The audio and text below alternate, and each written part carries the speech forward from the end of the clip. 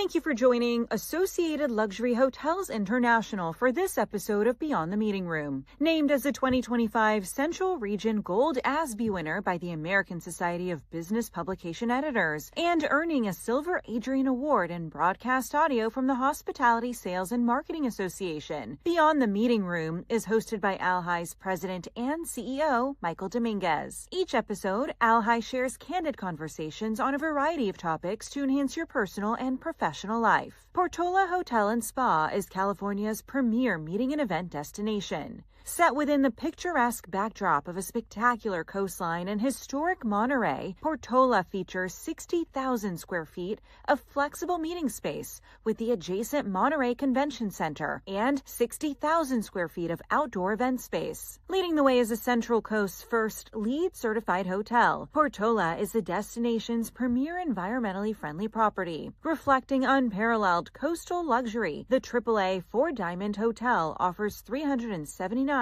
coastal-inspired guest rooms and suites, state-of-the-art technology, modern amenities, including award-winning dining, a craft brewery, a luxurious day spa, and thoughtful service. Today, we are joined by Clint Pulver, a unique and engaging expert on employee retention. After joining the ALHI Executive Exchange for a dynamic drum solo performance and keynote speech, he and Mike discuss generational dynamics, communication, and leadership for a thought-provoking episode, guiding us on how to promote lasting loyalty and inspiration with our colleagues.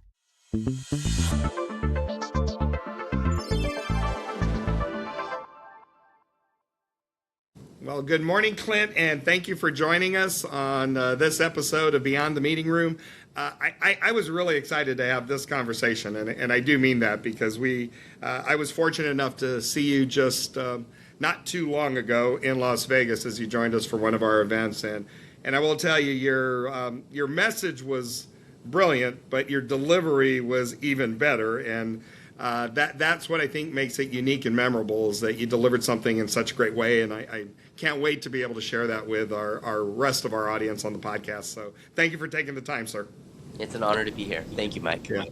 So I wanted to start. Can you, in what we were learning, I wanted to ask you a question around music, and you brought music into the fold in a lot of ways, and we can get to how you got to that point.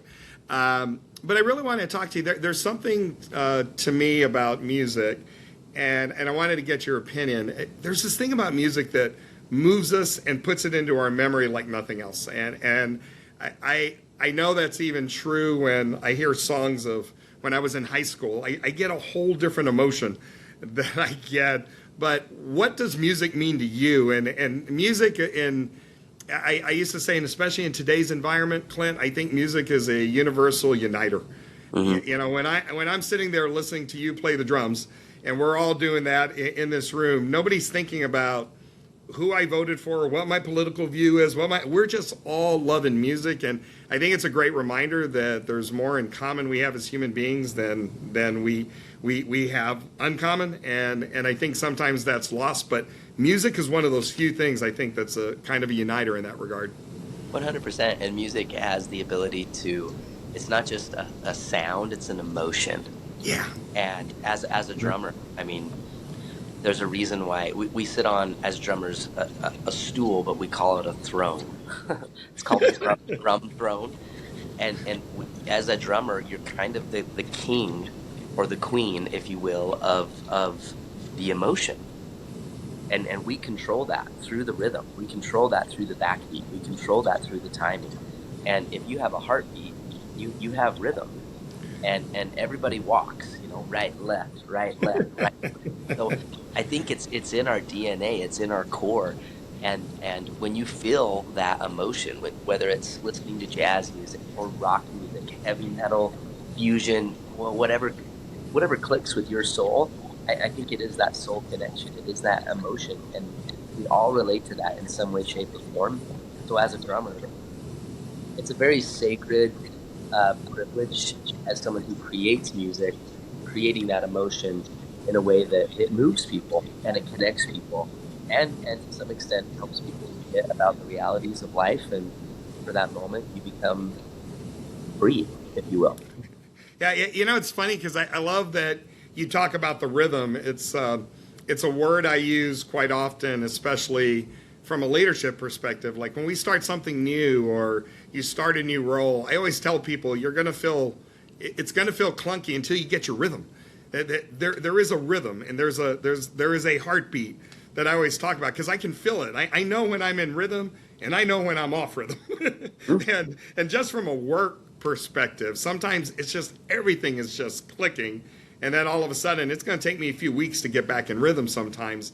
But I guess that's kind of that up and down that you're kind of referring to. But it's always the balancing core is my rhythm, getting back to it. Yeah, as drummers, we call it playing in the pocket.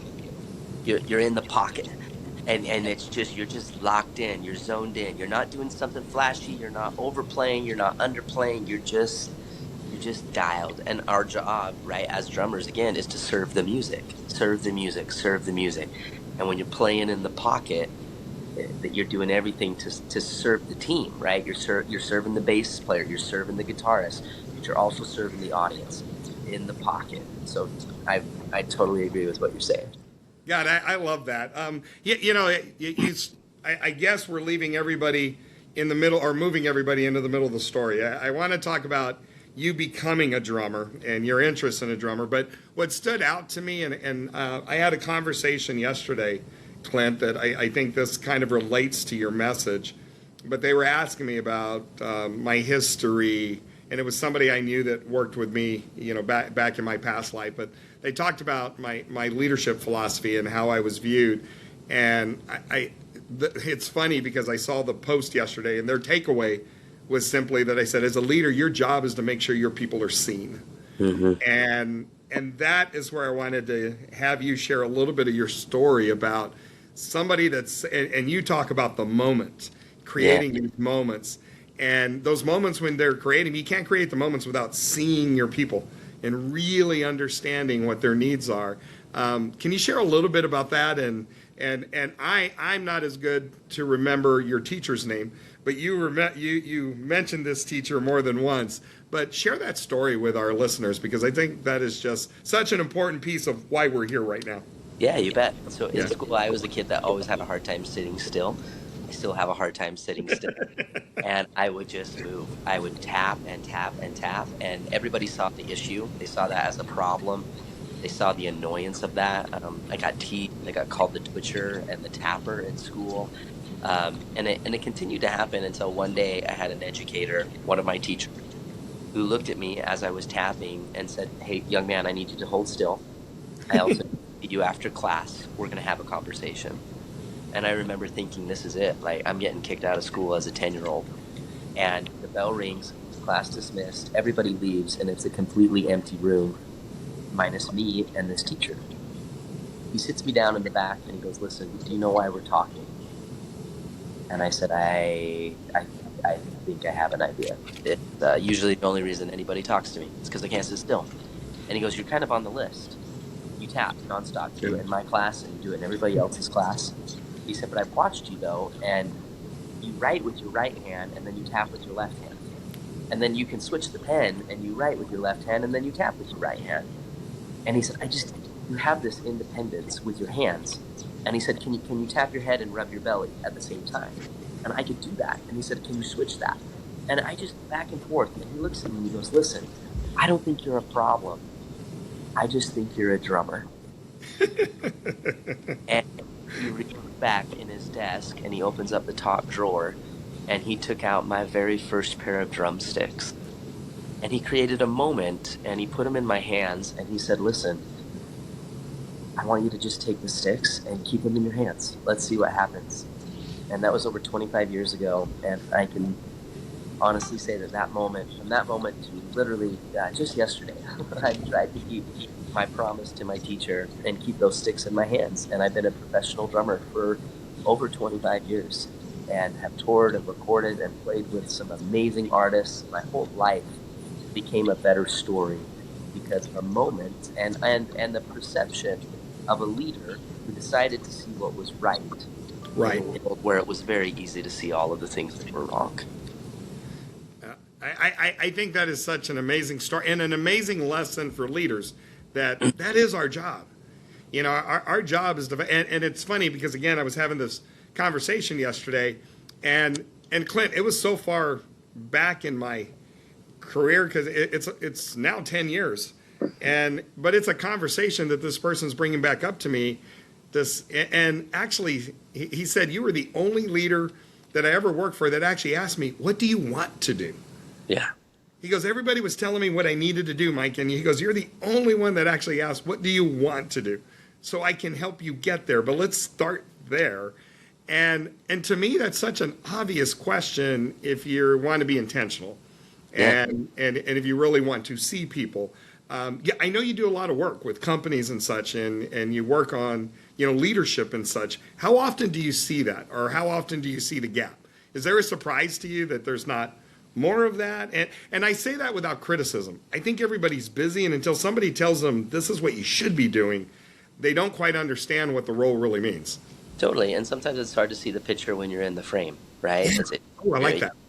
And leadership is a contact sport, and it requires you're learning by doing, and you're constantly learning. It's like the game of golf. You'll never master it, but it's so fun to try.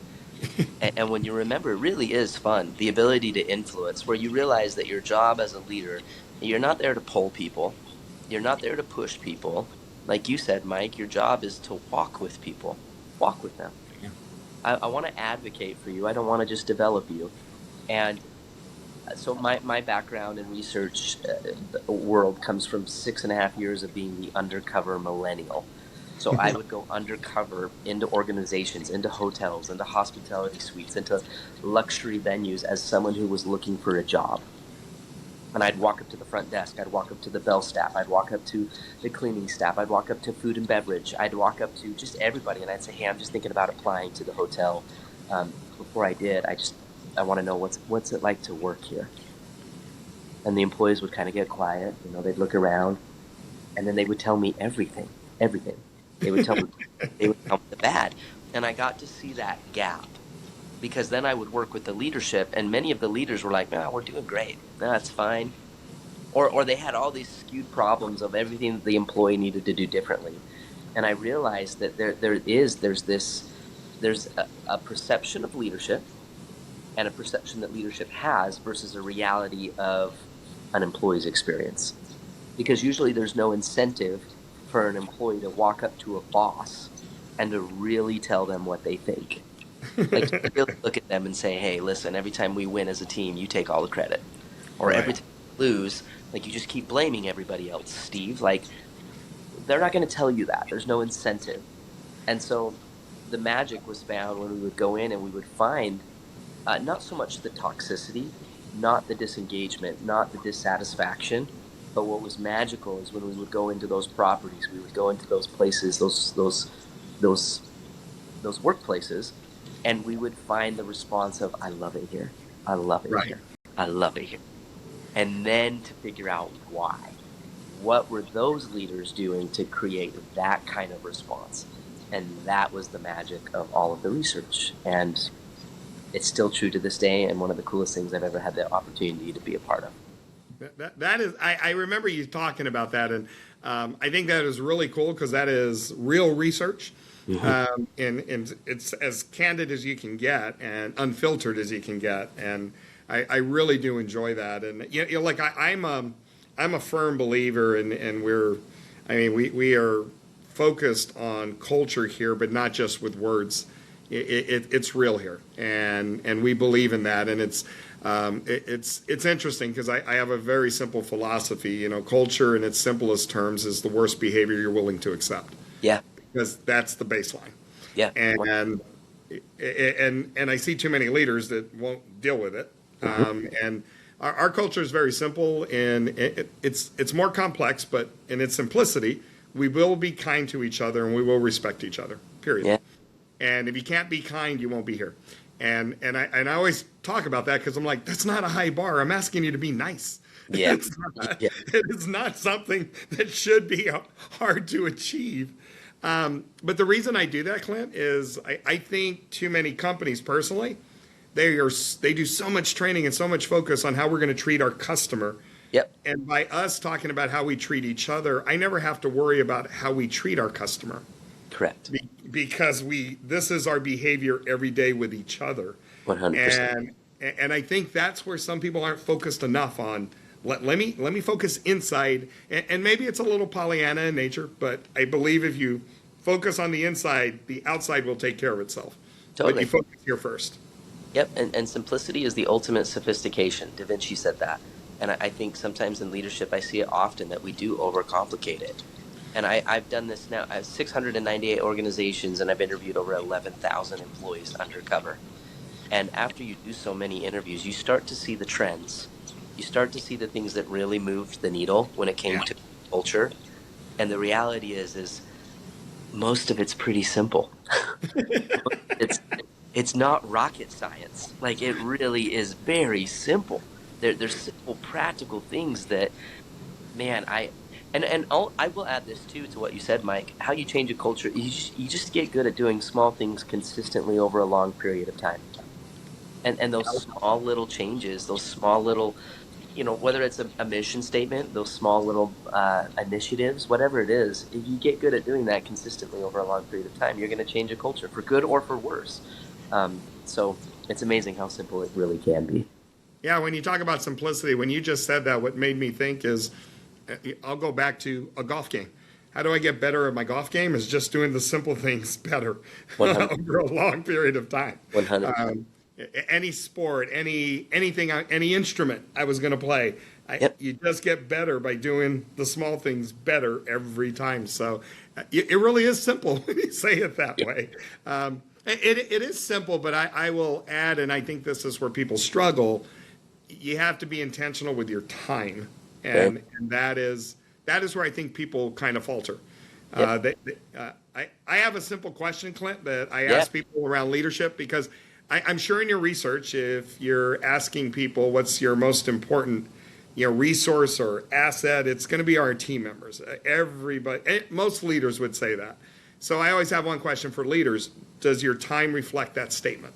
Yeah. So are you spending as much time with your team as you are on these other things we think are so important? And I know the reality is, like, I'm going to have meetings, I'm going to have emails, but the point is, are you being intentional to meet with your team?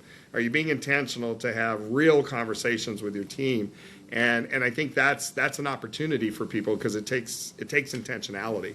It has. I've always said that the coolest part about your job as a leader is that it matters. The hardest part about your job is that it matters every day.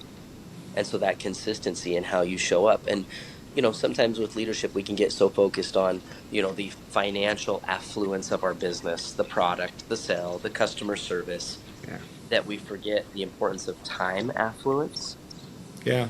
And creating more time to where we can sit down and you can have a moment. You can make that phone call. You can, sit down and say, what do you want here? What are you looking for? How can I become the advocate? And we just, you're so spot on. I'm a big fan of the to-don't lists. We're really good at the to-dos, but most people find the moments in the to-don'ts. What are a few to-don'ts that you can add into your schedule that would allow you to invest in things that really matter?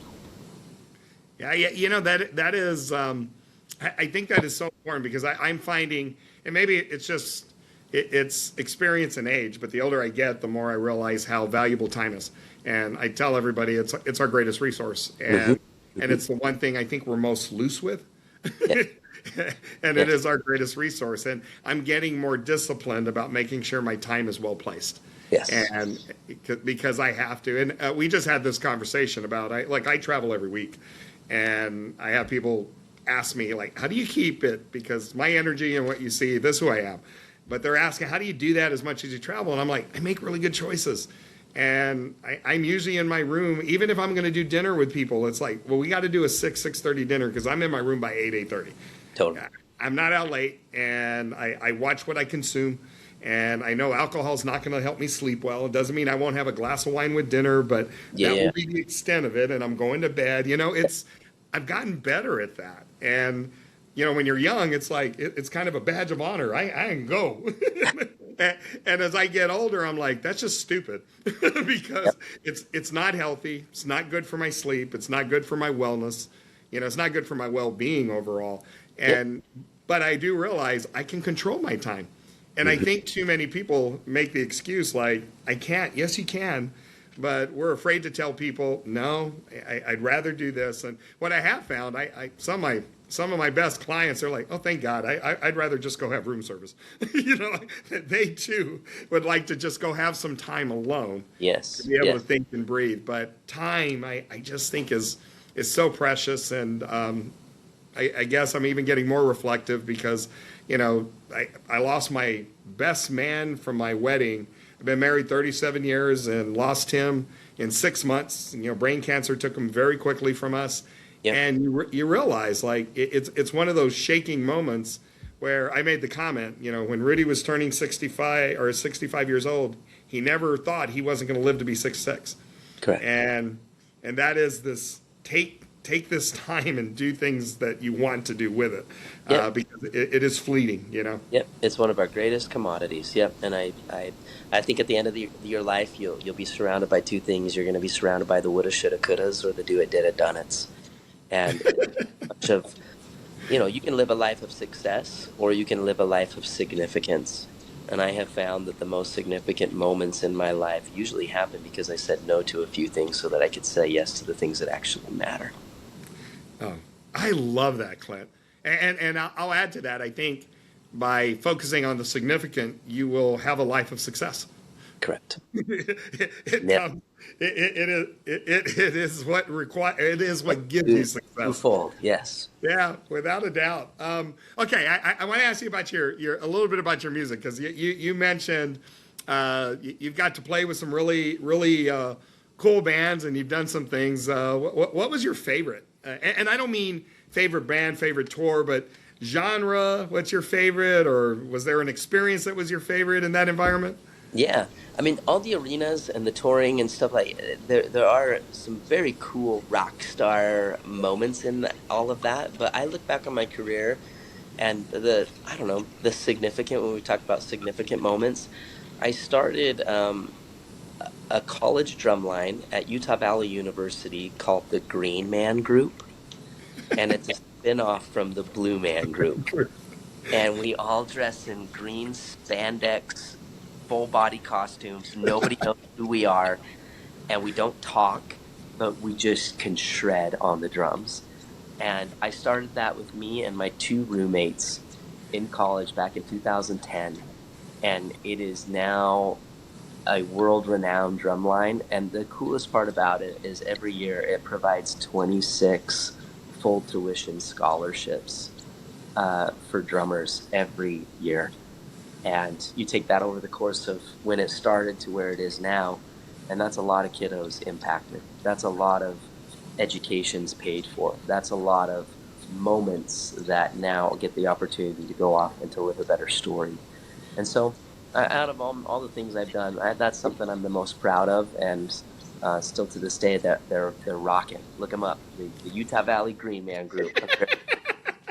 I love, and when you said Green Man, I'm smiling. Like I spent 7 years in Las Vegas working with MGM Resorts, so I'm like, yeah, I'm very familiar with Blue Man, so I knew where that was coming from. That is, and Clint, you talk about a life of significance, the lives you've impacted by creating something that I would assume when you were doing it also seemed really fun and cool to do. It wasn't this necessarily altruistic of, wow, this is what we could do from a scholarship standpoint or all that. It was like, this is going to be fun and cool, and you're building something at the same time.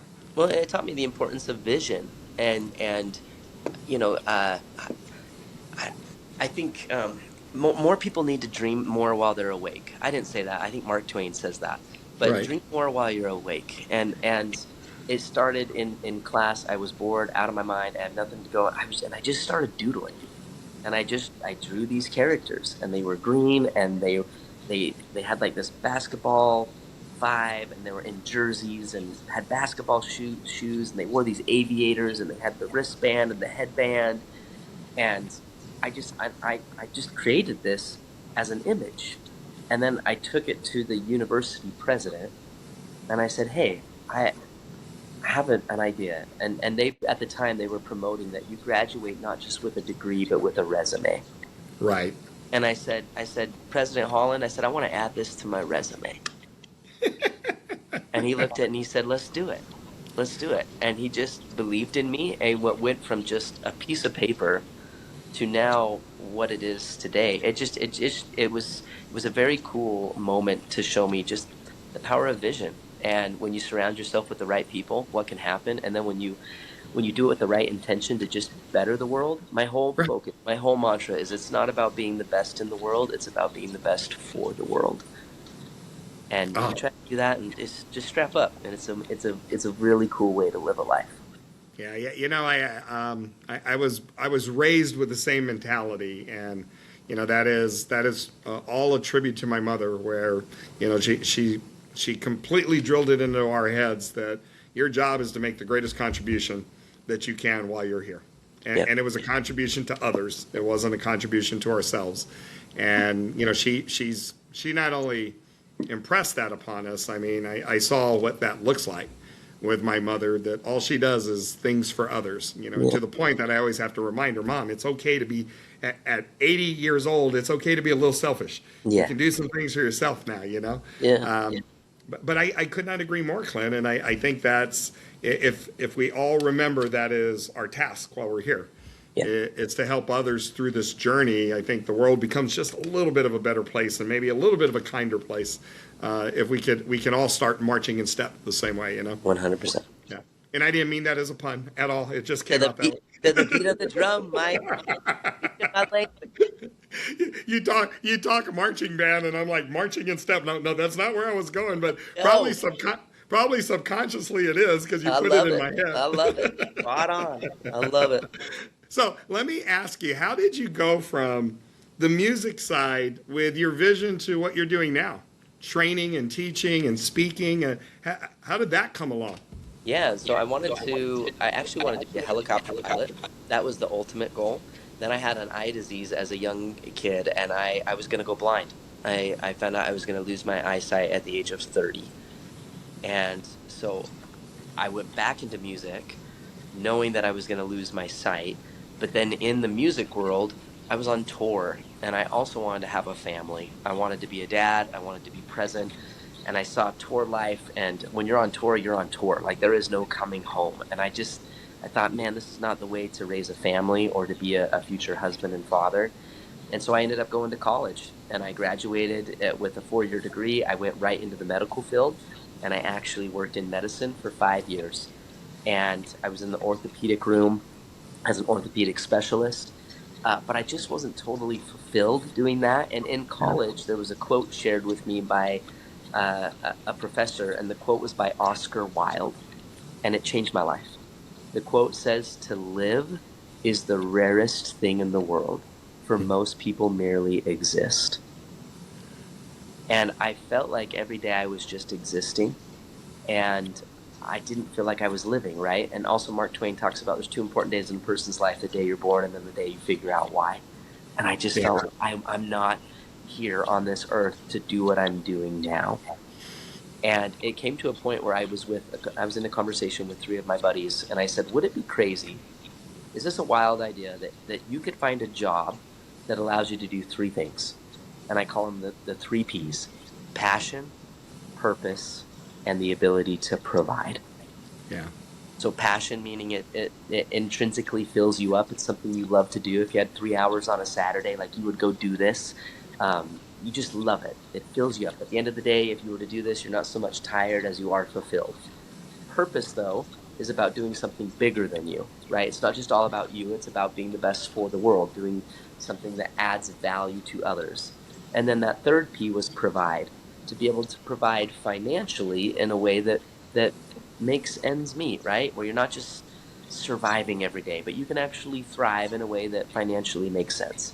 And my 3 buddies, as I told them this, they were like, I don't know if there's a career that hits all 3 all the time. Right. And I said, what do you mean? They're like, it's so rare. And they're like, look at a school teacher, passion and purpose, but then every summer they're looking for extra jobs to make ends meet. It's hard to maybe provide all the time. Or look at a doctor, making maybe good money, but then the stress and the malpractice and time away from family. Like, those 3 Ps, it's so rare. And when he said that, it triggered that quote from Oscar Wilde: to live is the rarest thing in the world. And 2 weeks, Mike, after that conversation, I quit my job and I left the medical field. I declared it on Facebook that I had quit my job. Half my friends thought I was nuts. And I looked at my life and I said, where were the moments, where were the times when I was truly living? It was when I was playing the drums. I had music in my life. It was flying, which I couldn't do anymore. And it was teaching and training. Right. And so I combined the two, and I started speaking to kids. And I put together this little program, and I started speaking to schools. And then that led to speaking to educators. Then that led to the Undercover Millennial program, which then opened up the world to corporate education. And those things kind of tied in. And then 6 years ago, they came out with a new procedure called cross-linking. And it was for people with my eye disease. And I was barely legal enough to drive. So my eyes had gotten so bad. And they called me up and they said, we're doing the first human trial for this study. And they said, do you want to be a part of it? And I just started crying. And I said, yeah. I said, yes. And I was number 48 on the list. And it stopped the progression of the disease. And then 2 years ago, they came out with a new contact lens. It's called scleral lens, and it's built for people with my eye disease. And for the first time ever in 18 years, I now can see 20/20. And I jumped right back into aviation, Mike, and I bought a helicopter. And we run a youth foundation called Dream Machines, where we take little kiddos with disabilities flying and their families flying for the first time. And I don't know, I just learned that sometimes in your life, good things fall apart so that better things can fit together. And so that's kind of my story in a nutshell and how I came to do what I do now. Wow. Again, that part of the story I didn't know. It's funny. I had a passion for flying, and I was in ROTC in high school. I had gotten all of my letters that I needed from my congressman and everything else, got accepted in the Air Force Academy, and then was told I was never going to be able to fly because my eyesight was never going to allow me to fly at that time frame. And then I'm like, why am I going to go to the Air Force Academy? I only wanted to fly. Yeah. So long story short, I didn't do that, and I went somewhere else. I'm like, I'm not going to do that. But that is still have awesome. a desire to fly? Do you still have you ever thought about going and getting your pilot's license or anything like that? I do, and you know what I'm looking at is there will be a point in my life, probably not too far in the near future, where I can do that, because it requires time. If I'm going to do it, I know me, I'm all in, no matter what, and you have to be all in with that, and I want to be able to do it. So someday I will do that, and today, as you said, there's a lot of corrections that weren't there before. But sharing that, Clint, let me ask you, you said it so nonchalantly that I was going to lose my eyesight by the time I was 30. How did you get your head around that when you first heard it? It was really hard because that was my whole goal and vision and life and purpose was to fly, was to be an aviator. I just loved helicopters. I think they're the magic carpet ride guys, and that's just what I wanted to do. And in a moment, that sky fell in all around me, and I was diagnosed with that disease, and I couldn't pass the vision test to renew my driver's license, and everything changed. It was a really hard day, really hard.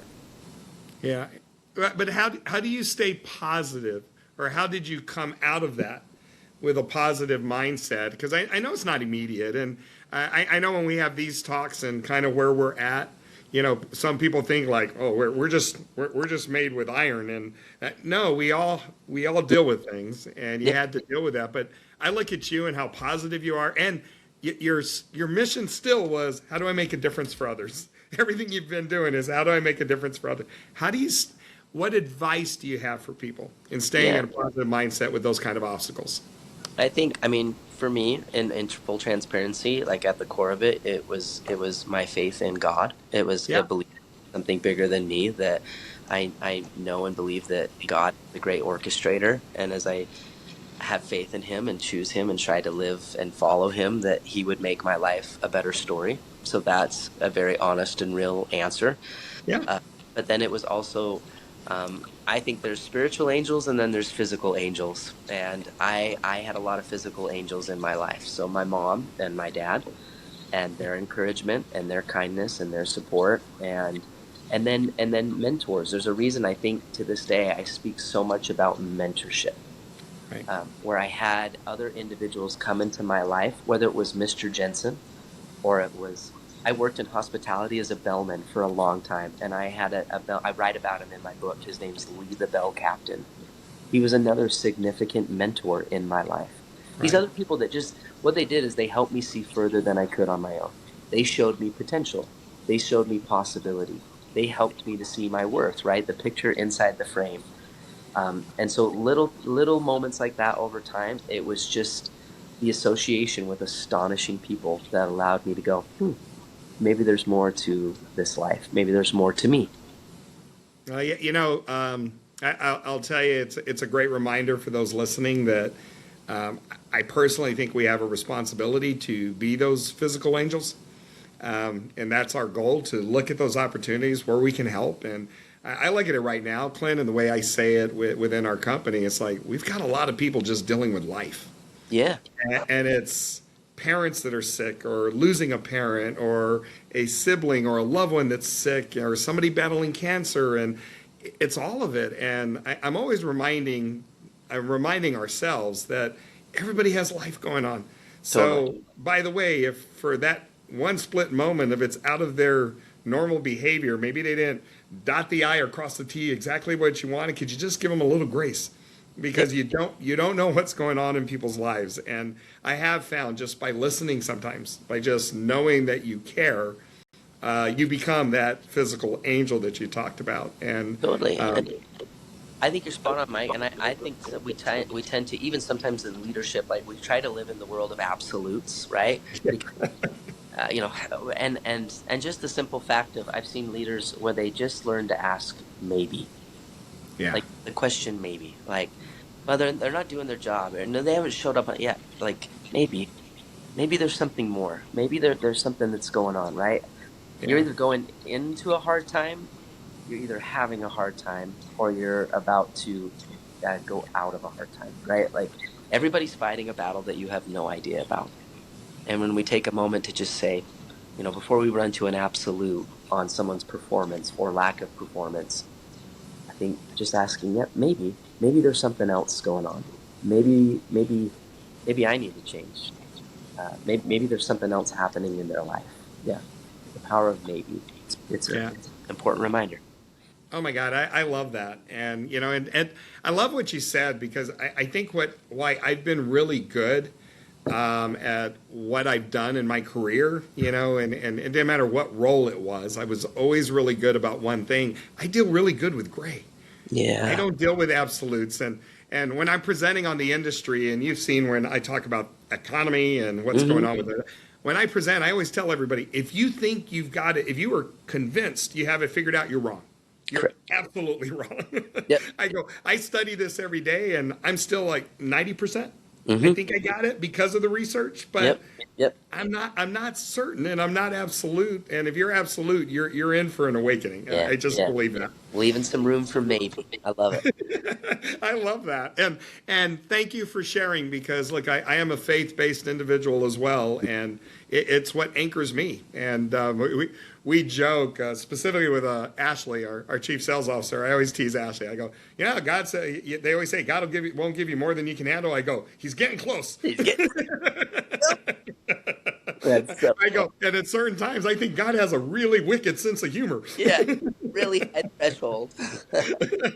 There are times, Clint, as much as I am grounded in my faith, there are times I'm like, really? Yep. Really? Like, I'm going to start smoking. Yep.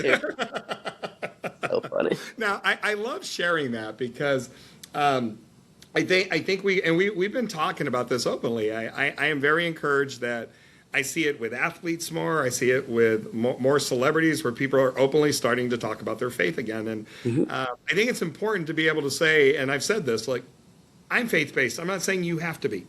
I'm Totally. just telling you what drives me. And we got to a point that it felt like if I said I believed in God, then it's like, oh my God, then all of a sudden no, I'm just telling you that's where my faith is grounded, Totally. and it helps me daily. 100. Yeah, there's some really cool research, by the way. I don't know if you've seen it. I was just seeing it. It's the neurological research on the brain wiring when people pray and what it does. And they're talking about that's not even the faith side of it. Yeah. That is just literally the biological side of it, of what it does to our central nervous system, what it does to our brain. Totally. I found that very fascinating recently when I was reading that. It's cool when faith and science find that commonality, which is not all. So I love it. Let me ask you, when you said you've taught kids and you've taught corporate executives, which was easier? I'll tell you this. Any success I am able to claim as a speaker, I directly correlate to the kids. Yeah. Because that is the hardest audience in the world to speak to, is when you go into a gymnasium with a horrible sound system and you're surrounded by 2,000 high school students.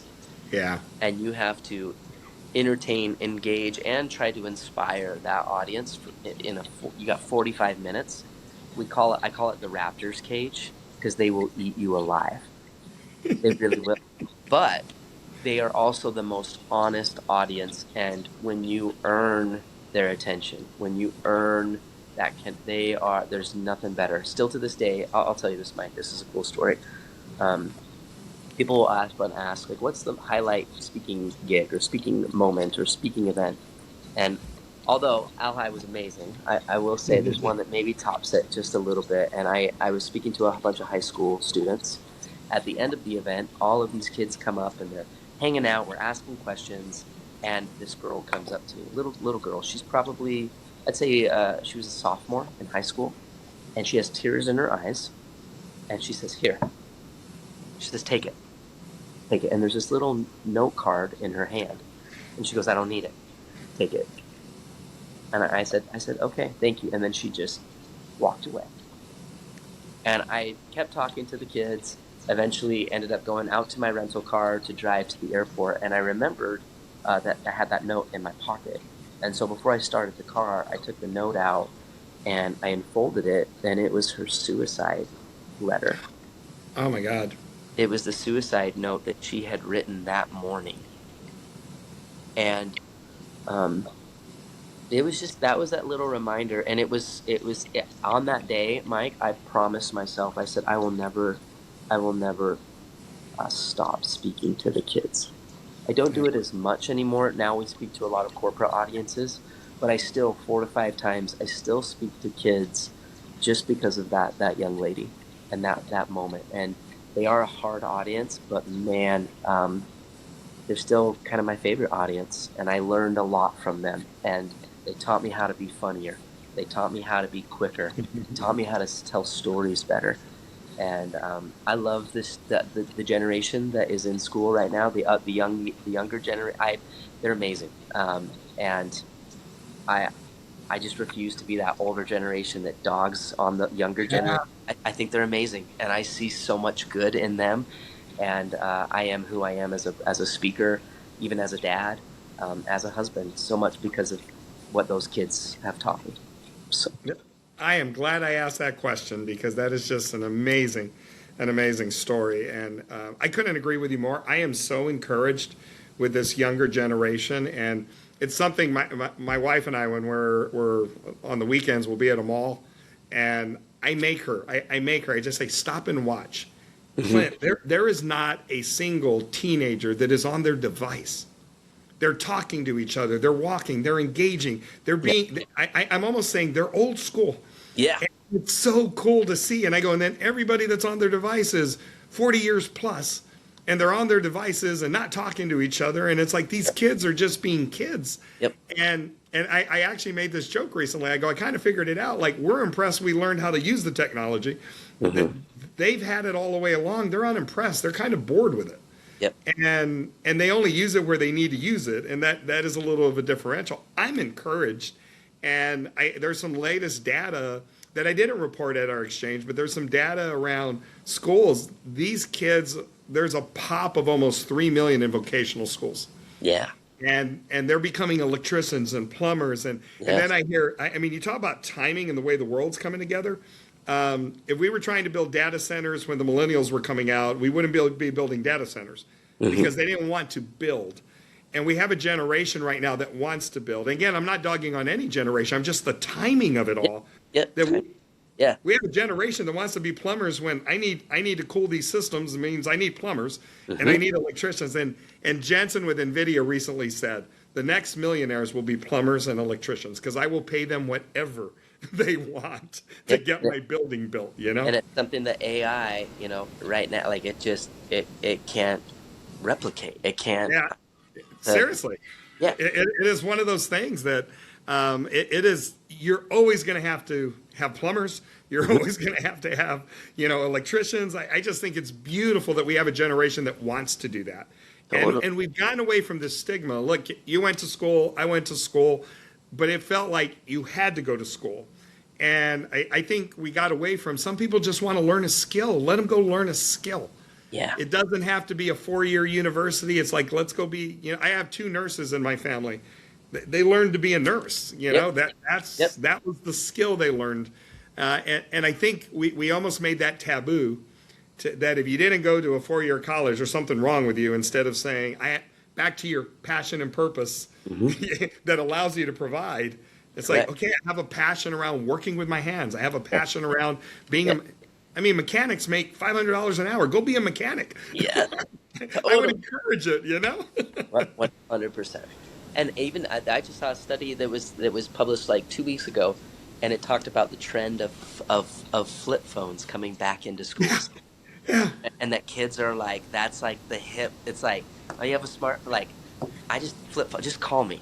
Just, you know, I text and call. That's it. Like, they're realizing, because they've seen how it's consumed their parents. They've seen how it's consumed their older siblings. They've seen the depression, the viral bullying, all of the, and a lot of kids are saying, I'm just done with that right now. I don't need that right now. I want to go back to, you can call me, I'll text, but like, that's it. I don't know. It's cool. It's a cool reframing.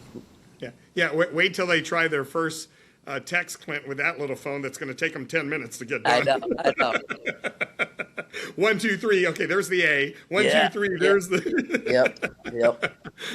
I could not agree with you more, though. I'm really, where some people get so negative about where we're headed as a society. There's a part of me that I'm really encouraged, because I see these trends, and I think we overreact to what a generation is doing while they're still figuring themselves out. Totally. You know, and I think that's in every generation. I used to joke about this even with the millennials. I go, look, a millennial at 25 years old is going to be very different at 35 and very different at 45. Very much and so. how they see the world. Very much so. Yep. But yet we group them and say, look at this generation. It's like they're figuring themselves out. They're still kids. Totally. It's okay. And then when a leader has the ability to, like, not even look at them as a generation, like, just look at them as people, you know, because I've found many entitled, lazy millennials or Gen Z, and they don't want to, but then I found ones that are willing to do whatever it takes and to put in the time and the commitment. And, you know, people are people. It's not so much the generation. Yes, the world we live in affects so much, but man, more than that is your family and who raised you and the mentors in your life and who you are as a person and your soul. And there's just so much more to it than trying to categorize somebody into a box based off of what year they were born. Yeah, I could not agree more. And Clint, I'm an Xer, and I know lazy Xers too. So Totally. like, you're right. It's it's an equal opportunity in all generations. 100%. Yeah, and I do agree with you, because, you know, when I reflect on my life, you've heard me talk about my mother. I give all the credit in the world to my mother, because she instilled with me this sense of responsibility and this sense of giving, and, you know, go do. And her whole life, she was as busy as I was, just whatever she was doing. She did not sit still. Yeah. And that's kind of who I am. And it was really because of my mother, you know, and everybody's like, and I go, my father's there, but my mom's the one who pushed it on us. Yeah. But that's so cool. It's so telling, because then you can look at, you know, maybe it's a generation or an issue with an individual that is struggling with being more motivated or wanting to, put in the effort. But maybe they're just one success story away from somebody like your mom or somebody like a Mr. Jensen, right? I was deemed a problem, but it took one person who said, no, and just created a moment for me. And that was the spark that grew so much of who I am. And I think every person's one success story away from a caring individual. We just need more of it in our life. So. Clint, I just want to say thank you. I mean, this has just been a fun conversation. We could have kept going. And now I remember and I can say thank you, Mr. Jensen, for bringing Clint to us, because I appreciate that. I was paying attention. As Mr. Jensen, I go, that was it. That was the name I couldn't remember. Look, seriously, what an amazing and inspirational conversation. And what I love about our podcast, we went in areas I didn't even know we were going to go into. And that's because it's just a very genuine conversation. And I so appreciate you sharing with us and opening up to us, because I know we're going to gain a lot out of it. Yeah, it's my pleasure. You're a friend, you're an advocate, Mike, and I'm honored to know you. Thank you for this opportunity and for everything that you did at the conference. And I hope we'll see you again when you come to Utah. Let's go fly. You got it. I will. I love that. That's awesome. Thanks a bunch, Clint. Have a good one. Thank you, Mike.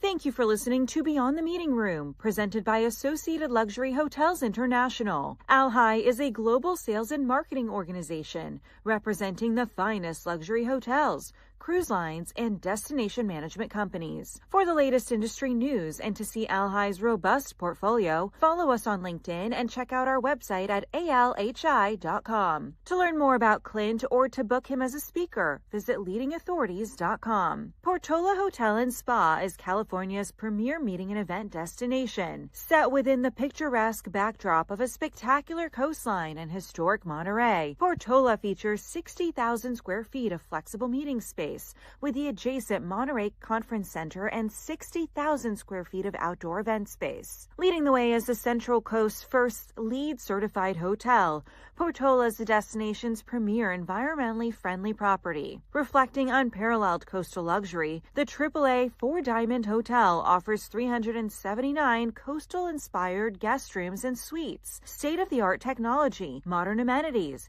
including award-winning dining, a craft brewery, a luxurious day spa, and thoughtful service.